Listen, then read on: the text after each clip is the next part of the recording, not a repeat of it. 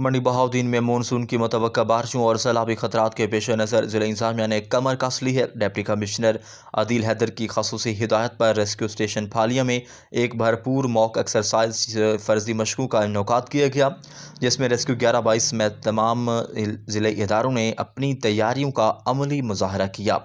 Deputy commissioner عادل حیدر نے خود تمام ریلیف کیمپس کا دورہ کیا اور وہاں موجود بھاری مشینری، لائف سیونگ بوٹس اور دیگر آلات حرب کا باریک بینی سے معائنہ کیا۔ مشقوں کے دوران پنجاب ایمرجنسی سروس کے جوانوں نے ڈوبتے ہوئے افراد کو بچانے اور انہیں فوری طور پر طبی امداد فراہم کرنے کی فرضی مشقیں کی، جنہیں انتظامیہ کی جانب سے بے حد سراہا گیا۔ اس موقع پر rescue, health, livestock, irrigation اور میونسپل کمیٹی سمیت دیگر اداروں نے بھی اپنے سٹالز لگائے تھے، جہاں سیلاب زدگان کے لیے خوراک، ادویات اور عارضی رہائش گاہوں کے منصوبے پیش کیے گئے۔